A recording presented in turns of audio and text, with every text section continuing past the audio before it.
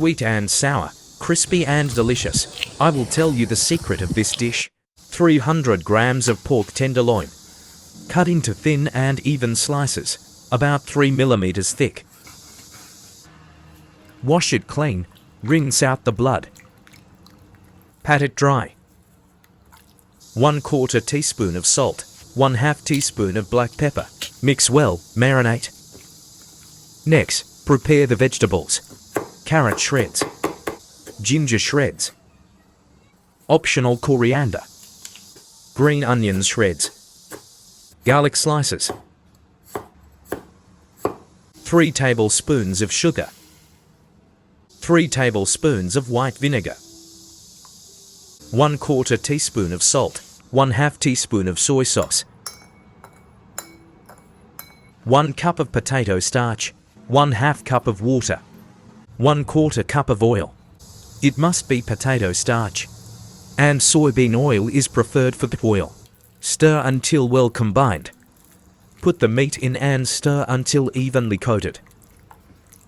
Make sure every piece of meat is coated with starch. It's best to have a thermometer to ensure the boil temperature is above 360 F. The stove at home heats up slowly, so wait a bit longer before adding the second piece. This way, the boil temperature won't decrease.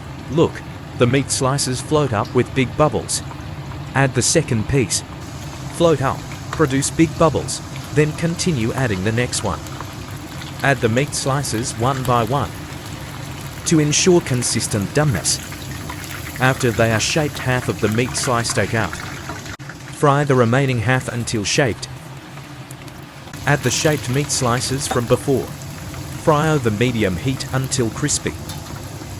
Don't worry about them sticking together, because once the meat slices are crispy, they will easily separate with a gentle tap. Around 3 minutes. The meat slices will turn golden brown and crispy. Remove them and prepare for the second frying. Increase the oil temperature to 460 F. Place the meat slices and fry for 10 seconds. The purpose is to achieve a more crispy and long-lasting texture.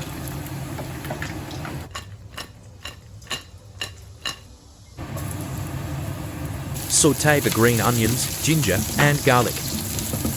Add the fried meat and carrots. Since the household stove heats up slowly pour in the sauce.